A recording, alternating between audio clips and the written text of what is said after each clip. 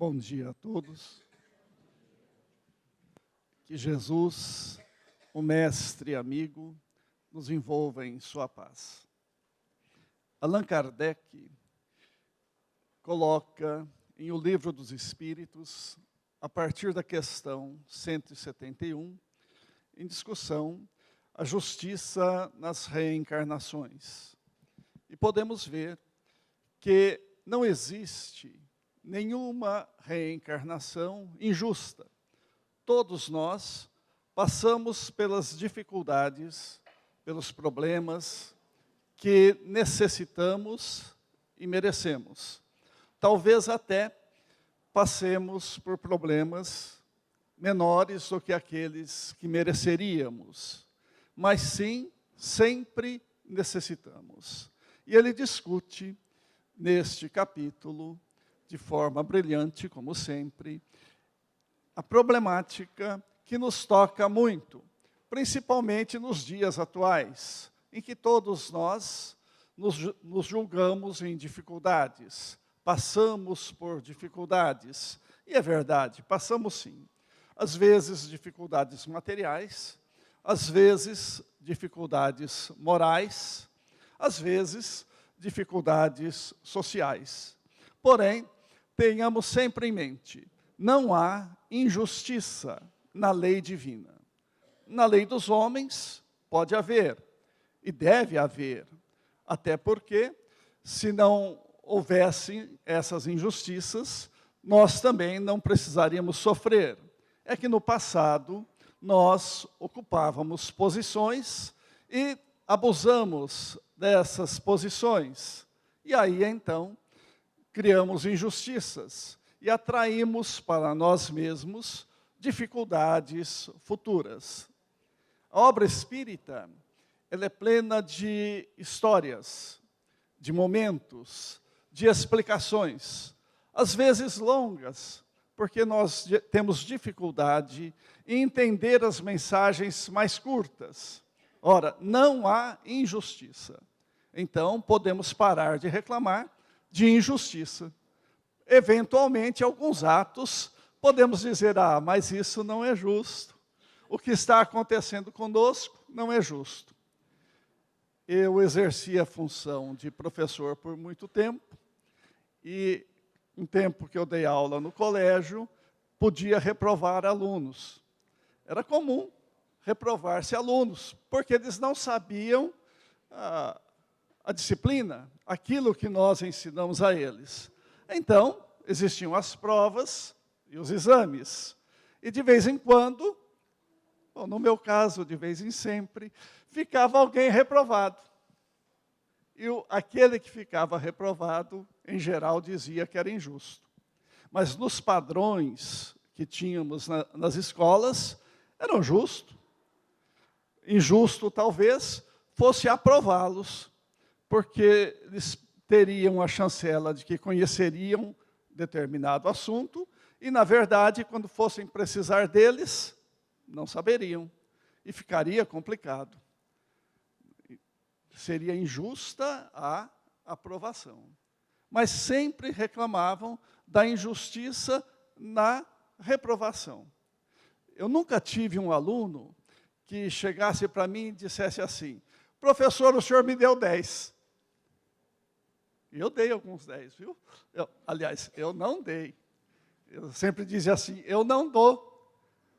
Porque quando ele ficava com 3 ou 4, ele falava assim, professor, o senhor me deu 3. Engraçado. Eu não dava 10, mas dava 3. Eu não dava, ele é que tirava. E nas nossas reencarnações, também são assim. Deus não nos dá uma prova difícil, não nos dá um sofrimento difícil, nem fácil. Deus não nos dá. Nós é que merecemos. Merecemos as dificuldades pelas quais passamos. Ou merecemos as facilidades pelas quais passamos. Não há nada injusto na lei divina. Temos o que merecemos. E sofreremos aquilo que necessitamos sofrer. Porque sofremos para aprender. Pessoas teimosas, renitentes, fazemos ações, atos que levam ao sofrimento. E nós sabemos, nós temos o parâmetro para avaliar. Fala assim, mas eu não sabia avaliar. Sabe sim, todos nós sabemos, desde pequenininho, o que é justo e o que é injusto. Basta ver duas crianças brincando e vamos ver quando uma sabe ou não se fez uma coisa errada. As crianças sabem, nós também sabemos, porque a lei divina, que é a lei justa, está inscrita na nossa consciência. Se ela está na nossa consciência, ela está interiorizada. Nós sabemos. Então, quando fazemos alguma coisa que não foi boa, alguma coisinha lá dentro nos agride, para dizer que erramos. Assim como quando fazemos, por acaso, alguma coisa boa, sentimos uma satisfação em fazer. Quando fazemos de fato. Porque muitas vezes temos ações meritórias, mas não sentimos aquela ação. Fazemos por fazer. Mesmo assim, elas são meritórias. Mas fazemos sem pensar, sem sentir, sem nos preocuparmos com o próximo. E agimos, às vezes, com justiça. E, às vezes, com injustiça. Então, hoje, nós estamos colhendo aquilo que semeamos no passado. E o que é que nós semeamos no passado? Já vi gente perguntar assim, o que será que eu fiz para Deus para merecer isso que eu estou passando? Eu respondo essa pergunta muito fácil. Para Deus você não fez nada. Nada. Absolutamente nada. Você fez para os nossos irmãos, ou para você mesmo. Então não é muito bom a gente ficar preocupado com o que nós fizemos ou deixamos de fazer. Tenho até medo de um dia os espíritos resolverem fazer me lembrar do que eu fiz, não do que eu fui, do que eu fiz em outras reencarnações. Porque certamente eu só fiz coisas boas. Né? Claro. Eu sou bacana. Então, eu quero me lembrar. Eu não escolhi direito ainda quem eu fui, não. Mas eu estou escolhendo. Eu estou escolhendo porque está difícil, né? É complicado. E se ele nos fizer lembrar, será que eu vou aguentar? Saber o que eu realmente fiz? Bom, eu tenho uma ideia. Eu não sei quem eu fui, mas uma ideia do que eu fiz, isso eu tenho. Tenho sim. Porque todo mundo tem. Basta sentar, botar a mão na consciência, pensar um pouquinho, sem favoritismo, sem achar que eu sou bacana, eu sou bom. Deixa eu ver o que é que eu passo, o que é que eu sinto, como que eu reajo diante das dificuldades da vida, para saber que tipo de coisa eu fui. Quer dizer, que sentimento eu desenvolvi dentro de mim. Porque esse sentimento que eu trago comigo é produto do que eu fiz no passado. Então, a raiva, a dor, a incompreensão, a julgar-se sempre prejudicado. Eu fui prejudicado. Se a gente conversasse com Jesus, ia ser complicado, muito complicado. Porque, primeiro eu não sei bem o que eu falaria para ele. Mas depois, o perigo é a resposta. A gente falar até que não tem problema. Pode falar, as respostas, às vezes, não nos agradam. Porque vai nos mostrar o que nós somos. E quando olhamos a doutrina espírita, tem esse viés, né? Nós pensamos que é para os outros. A justiça na reencarnação, pensamos que é para a reencarnação dos outros. E não na nossa. Ora, se eu estou passando pelo que estou passando, é efeito da justiça. Aliás, Dizem que a gente paga uns 10% daquilo que nós merecemos. Pagamos muito pouco. Então, basta pensar. E as obras espíritas, as sérias, nos trazem muitas informações de coisas que ocorreram com os outros, mas que servem para nós, porque nós estivemos também reencarnados naqueles momentos. Nós fizemos parte da história da humanidade e das histórias que os espíritos contam para nós, espíritas. As histórias que eles contam são para nós, e não para os outros. Portanto, elas dizem respeito ao nosso passado. E as obras sérias, porque existem no meio espírita obras que não são sérias, as obras sérias são formidáveis e deveríamos estudar um pouquinho mais, ou bastante mais, para entendermos a humanidade. E não só nos admirarmos daqueles espíritos sábios, daqueles espíritos bons que dão exemplos de nobreza. O exemplo de nobreza é para fazermos para o futuro. E aqueles outros que magoaram, que feriram, servem para ver onde é que nós estivemos. Alguns livros no meio espírita vão caindo no esquecimento e vão deixando de ser lidos. Nos esquecemos deles. Tem um livro de Humberto de Campos, que é Brasil, Coração do Mundo, Pátria do Evangelho. É um livro que recebe algumas críticas de algumas pessoas, mas é um livro formidável. Não só porque dá uma visão um pouco diferente da nossa história, da história do Brasil, mas alguns detalhes que estão lá no livro, que às vezes passamos muito rapidamente. Nesse livro, no capítulo 7, o Humberto de Campos fala, nos dá notícia, de uma prece feita por Ismael, que é chamado Anjo Ismael, que é o espírito protetor, vamos dizer, do Brasil, e que trabalha com a nação brasileira. No capítulo 7, ele faz uma prece, pedindo a misericórdia divina por espíritos sofredores, por aqueles que sofrem nas zonas umbralinas, nas zonas de amargura, pedindo que as luzes do Evangelho e da misericórdia divina cheguem até eles.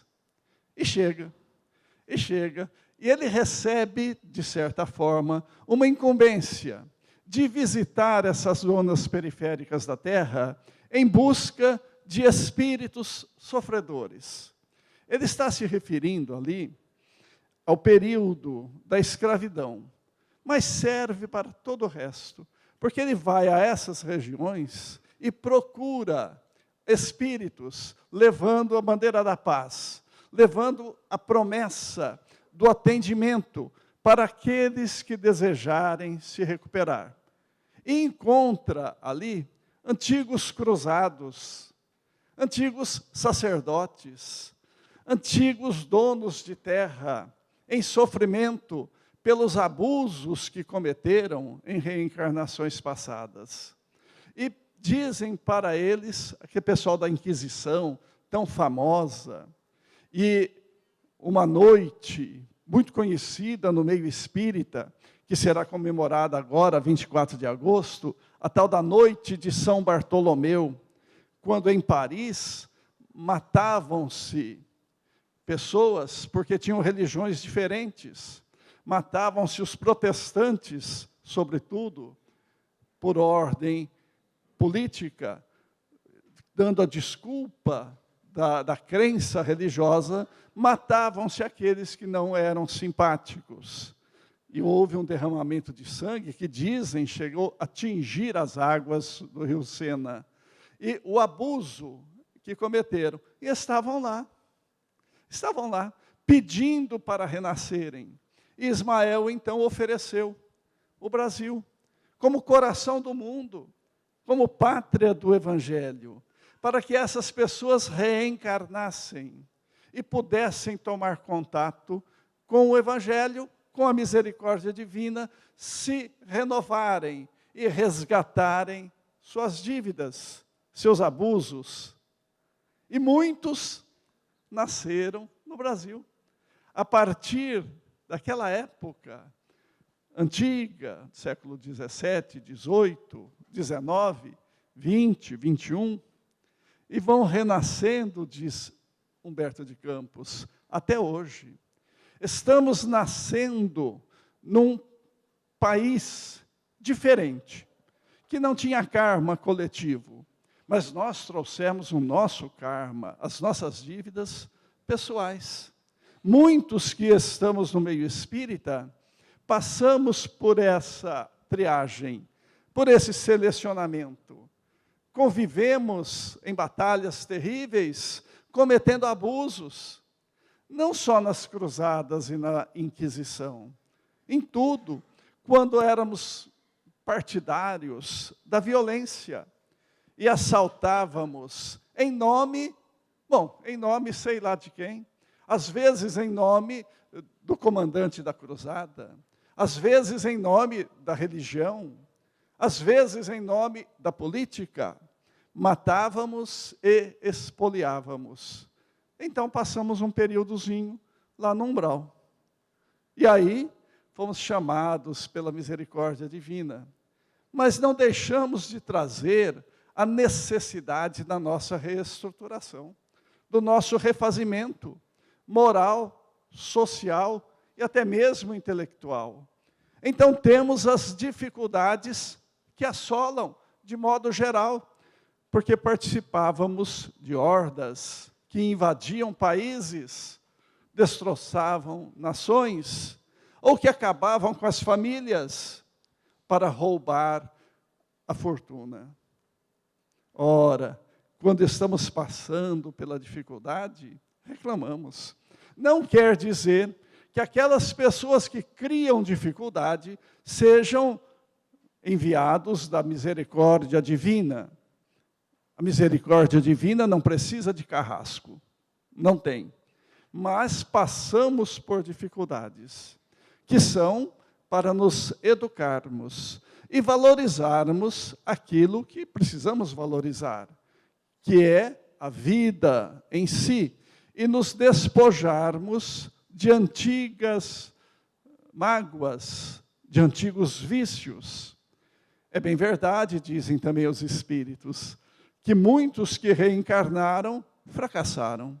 Reencarnaram prometendo um trabalho em benefício do próximo, mas fracassaram porque os vícios falam mais alto.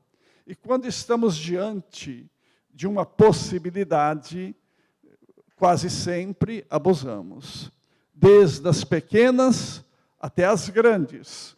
Vemos hoje muita corrupção, não só entre os grandes, que são estampadas no jornal, mas vemos corrupção em todos os lugares. Eu já atingi um nível que eu tenho um cartãozinho que dá preferência para estacionar em algumas vagas na cidade. E eu uso. Eu uso. Quando consigo encontrar uma vaga de idoso. Porque quase sempre está ocupada. Não por um idoso, porque não tem o cartão lá. E quando chega um jovem, mas eu parei só um pouquinho. E foi reclamar da corrupção, ou do uso ilegal de alguma coisa, por alguém. Está usando de forma ilegal, é corrupto. Já tem até uma placa com os deficientes, né, a cadeirinha, vaga reservada para deficientes físicos, ocasionalmente ocupada por deficiente mental. Já tem na cidade. Porque a pessoa para, não é a vaga dela. Se não é, não pare. Naquela vaga para o cadeirante, eu não paro. Eu não sou cadeirante, espero não ser. Então se eu faço isso, eu sou corrupto. Vou no supermercado, o que vejo? danoninho vazio jogado num lugar, latinha de refrigerante no outro, latinha de cerveja no outro. O que é isso? Roubo. Ah, mas um danoninho vai fazer falta para o dono do supermercado? Claro que não. Para ele não, mas para o meu comportamento moral faz. E pior, ensinamos os filhos a fazer isso. Porque damos para o filho, abre o pacote, ele come, se ele comer tudo antes, larga o pacotinho lá. São raros os que levam o pacote vazio. Já está errado comer e beber dentro do supermercado, né? Acho que não é por aí. E pior ainda se não paga. Quantos levam o recipiente vazio para o caixa? Eu confesso que eu já vi alguns, mas muito poucos.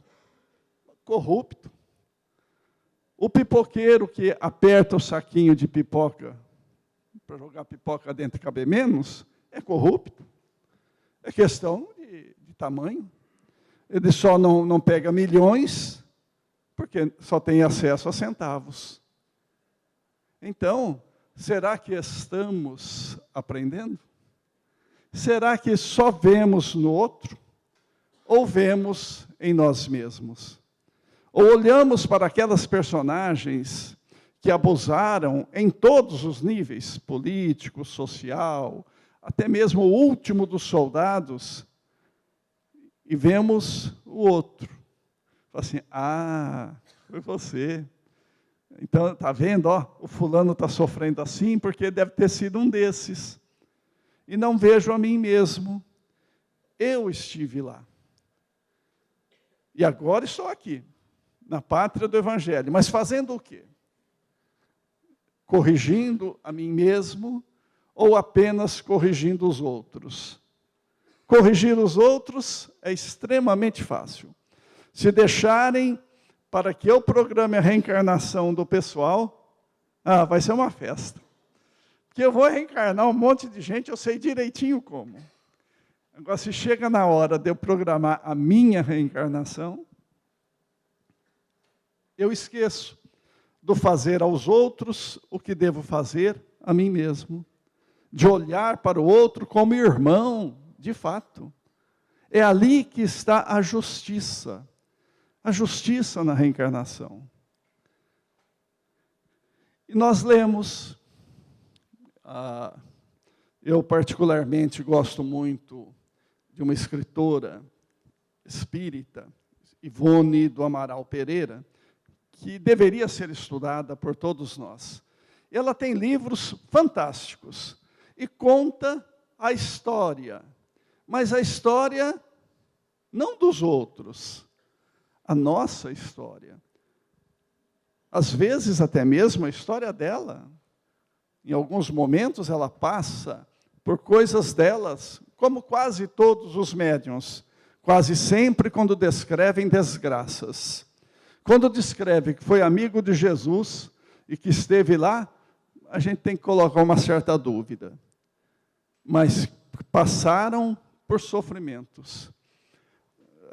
Entre os livros que ela tem 3 que são em séries, e um deles se chama Nas Voragens do Pecado. Já é um nome bravo, né? Nas Voragens do Pecado. Em que ela conta a história, ou várias histórias. Entre elas, uma coisa que começou a acontecer na noite de São Bartolomeu, em Paris, na França, quando, por ordem da rainha, que não era rainha, mas que mandava na França, que fossem mortos os huguenotes, nome pejorativo dado aos protestantes. Então houve toda a série de abusos, invadiam-se casas, matavam-se na rua, não importa se eram crianças ou idosos, qualquer um. Desde que eu não gostasse dele, se eu tivesse com a cruz no peito, eu podia matar. E dizia que ele era protestante e pronto. E matou-se muita gente. Mas não ficou restrito a essa noite. A perseguição aos protestantes, ela se alongou por um tempo bem maior do que às vezes nós supomos. E ela narra nesse livro um certo capitão da fé, um certo cidadão que era militar e religioso. Ele era puro, era um cidadão honesto, era um cidadão leal à coroa e à religião, apenas que não entendia muito bem o sentido mais profundo. Mas ele não era perverso, ele fazia aquilo que ele acreditava que deveria fazer, em nome da religião, perseguir aqueles que estavam traindo o Cristo, porque era assim que chegava até ele.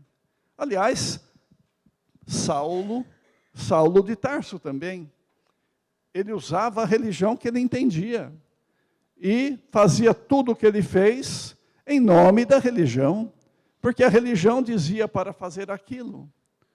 Ele não era maldoso, tanto é que transformou-se depois em Paulo. Mas o capitão da fé, Luís de Narbonne, também era assim. Ele fazia em nome da fé, porque as pessoas não renegavam na sequência da noite. Se renegassem e jurassem fidelidade à religião católica, ele não fazia mais nada, mas tinha que mudar de religião. Mas as pessoas dificilmente mudavam. Então ele matava. E ele saiu em perseguição de uma família que foi denunciada, que ficava lá longe de Paris. E ele foi, com a sua cavalaria, entrou no castelo, enquanto o pessoal fazia um culto, cantavam e alguém explicava o evangelho, e matou todos, a família toda. Passou a ponta de espada, ensanguentou tudo, destruíram a propriedade, queimaram tudo, e aí ele voltou para Paris, com o dever cumprido. Ele ficou sabendo que naquela família, uma jovem havia escapado, porque não estava lá naquele dia. E foi procurá-la, mas aí não conseguiram encontrar. Essa jovem, Ruth, ela bolou uma vingança. Era jovem ainda, cerca de 18 anos, e bolou uma vingança. Eu vou desgraçar o tal do capitão, o capitão da fé. Eu vou acabar com ele. E foi aconselhada por uma amiga a não matá-lo diretamente, a fazer com que ele sofresse muito, que ele se desgraçasse diante da coroa, porque já era uma história meio complicada, que ele se desgraçasse diante da sociedade, porque matar é pouco. Só matar não tem nem graça, porque está vivo, você mata, pronto, acabou. Não, tem que fazer sofrer. Tem gente que pensa assim até hoje. Não, por que matar? Tem que fazer sofrer, tem que pagar. Tem que pagar sim, de pouquinho, sofrendo um pouquinho mais todos os dias. Eu não sei quantos de nós pensam diferente. Porque tem um pessoal aí que, se for para reencarnar, vai reencarnar, né? Assim, né? Para sofrer bastante. Sofrer um pouquinho só, não. Porque está fazendo sofrer muita gente muito tempo. O coitado do Hitler. Coitado do Hitler. Tem gente que fala cada coisa deles, mas cada coisa, que fala assim, não, mas aí Deus eu acho que estava de férias e não usou da misericórdia. Porque ele vai fazer isso, vai fazer aquilo, está não sei aonde, fazendo não sei o quê, não sei por quanto tempo. Ora, eu não sou nazista não, viu? Mas o Hitler é uma criatura de Deus, igualzinho nós. Tem diferença nenhuma. Nenhuma. Assim como o Mussolini. São espíritos criados por Deus que tomaram um caminho tortuoso, que até nós, às vezes, não tomaríamos. Mas continua sendo um espírito. Assim, não, ele é execrado, ele é... Por quê? Não usamos nem a justiça, nem o evangelho. Porque no Evangelho, que Jesus nos dá como padrão moral, diz para perdoarmos. Não falou para perdoarmos os bons. Os bons não precisam de perdão, assim como os sãos não precisam de médicos. Quem é que precisa de misericórdia? O que sofre. Ou aquele que fez sofrer muito. Porque o que é que eles adquiriram para si próprios? Pensou o que é que o Hitler angariou para ele? Eu não sou judeu, viu? Não sou judeu. Mas quantos que ele matou? Já pensou quanto sofrimento que ele tem possibilidade de suportar? Ele vai ter que reestruturar isso. Possivelmente, vai sofrer muito. E já pensou aparecer assim na nossa frente? Olha o Hitler reencarnado. Porque disseram que o Emmanuel está reencarnado. Eu conheço um monte de gente que quer encontrar. Quer se encontrar com o Emmanuel. Vamos descobrir quem é. Que eu quero ficar frente a frente ao Emmanuel. Pelo menos aqui, porque depois que desencarnar vai ser complicado. Vai ser difícil. Mas e com o Hitler? Ninguém. Vai ter que achar uma alma piedosa que seja a mãe dele. Vai ter uma mãe, um pai. Vai reencarnar um dia, sei lá quando, mas que vai.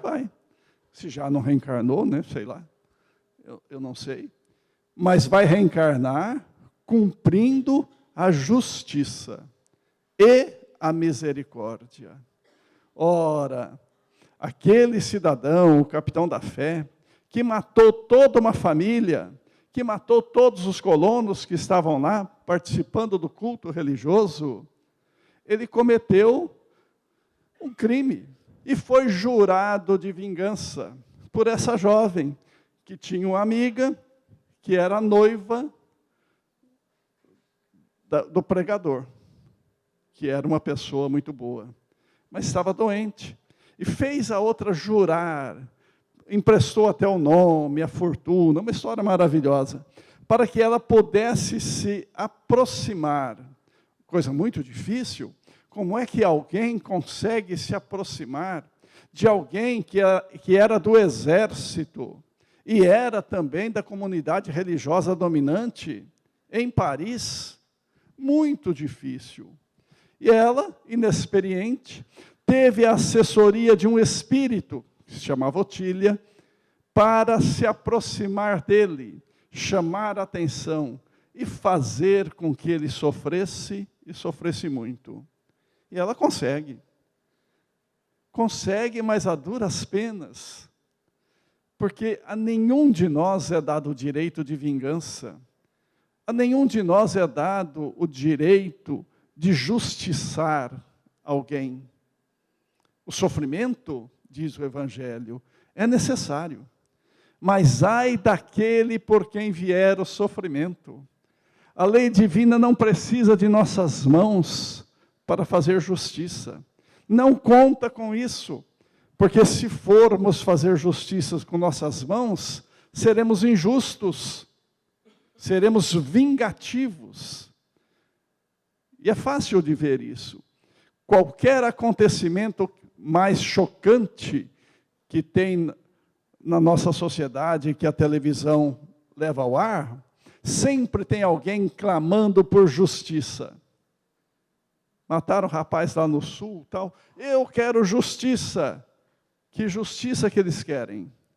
Que pegue os responsáveis, que prenda, que judie, mas não que o leve para uma reestruturação, mas que leve para a prisão, para que ele sofra, porque ele fez sofrer.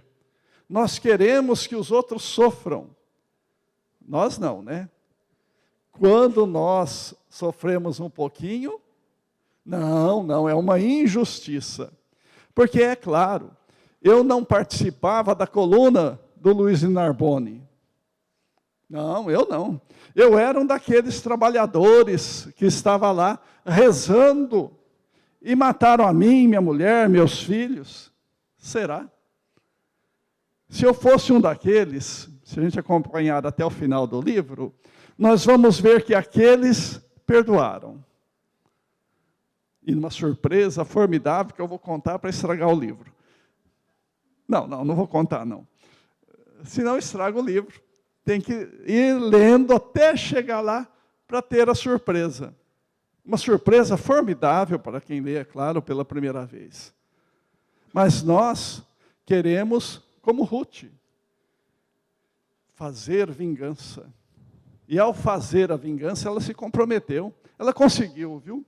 Uma garota nova vai para Paris com outro nome, consegue se aproximar do incorruptível, era o apelido dele, capitão da fé, se aproxima, o seduz, mas ela se aproxima também da terrível Catarina de Médicis, uma mulher terrível, astuta, inteligente, e ela consegue, na sua ingenuidade, enganar a Catarina. Mais ou menos, não muito, mas consegue. Consegue usar a Catarina para fazer a sua própria vingança. Depois a Catarina descobriu. Eu não sei por onde que ela anda. Deve estar por aí, né? Mulher, algumas de vocês pode ser a Catarina. Mas ela consegue, no dizer inicial dela, fazer justiça, mas depois fazer vingança. Mas fez a vingança dos homens. E isso ocasionou para ela um sofrimento muito grande, uma dificuldade muito grande na sequência daquela própria vida e das outras, porque depois ela narra as outras. Assim acontece conosco, mas sempre amparada pela misericórdia divina, sempre amparada por esses espíritos trabalhadores, muitos deles vinculados ao Brasil, que recebe aqueles transviados do passado, aqueles espíritos errantes ou errados do passado, que cometeram muitos crimes, que abusaram das leis, abusaram do poder, e renascem na Terra Santa para se redimirem, tendo oportunidade de se reestruturarem, com dificuldade, é claro. Muitos daqueles cruzados passaram pela escravidão, muitos passaram, outros passaram por outras situações, e estão de volta à Terra, nascem e renascem muitas vezes. Alguns se libertaram dos crimes do passado. Outros continuam praticando novos crimes nos mesmos moldes do passado. Mas essas pessoas somos nós. É claro que nós não somos, ninguém aqui é o Hitler. Claro que não, claro que não. Ninguém aqui é o Mussolini. Claro que não. Mas somos outras pessoas que nos aproveitamos, às vezes, até mesmo deles. Porque dizem assim, esses foram os capitães. Mas e os soldados que abusavam, que roubavam, que mataram sem necessidade? Se é que é necessário matar alguém, mas quando a guerra se inicia, se torna necessário. Mas não com abuso, não levando sofrimento além daquilo que já tem nas pessoas. E todos não, mas grande parte dos envolvidos abusaram, porque em determinado momento tinham a força e tinham a lei material que os amparavam, mas se esqueceram da lei divina, que ampara o sofrido. E nascemos, às vezes, em reencarnações dolorosas, para aprendermos o recurso da lei divina. E o sofrimento se tornou necessário. Não é criado por Deus, se tornou necessário pelos desvios que nós, humanos, fizemos. Então, o livro dos Espíritos nos fala da justiça nas reencarnações. Por que sofremos e que nunca passamos dores que não nos são necessárias. São necessárias para despertarmos. E a obra complementar, a obra séria, complementar da doutrina espírita, nos dá o exemplo do que nós fomos e do que nós devemos ser. Quando vemos a história de Alcione, vamos ver o que nós devemos ser. Quando vemos a história de Francisco de Assis, vamos ver o que nós devemos ser. Quando vemos aí aquilo que nós fomos. E é fácil. Nós estamos num momento de decisão. Estamos num momento de transformação. Vamos nos sentar sozinhos, como recomenda o Evangelho, e orar, e pensar no que nós fomos, e pensar no que nós queremos ser, para chegarmos um dia naquilo que nós devemos ser, espíritos superiores, espíritos bons, inteligentes, conhecedores e equilibrados. Então, hoje, no Dia dos Pais, os pais que geramos a vida, junto com as mães, é claro, geramos a vida, vamos gerar também a nossa transformação. Vamos fazer nascer algo novo dentro de nós, para amanhã sermos melhores do que hoje. E merecermos uma reencarnação futura melhor do que aquela que nós estamos hoje, aprendendo e aproveitando as oportunidades que nos são trazidas nos dias de hoje, seja na obra mais firme da codificação, seja na obra mais light dos romances espíritas sérios. Que Jesus, o mestre amigo, nos envolva em sua paz.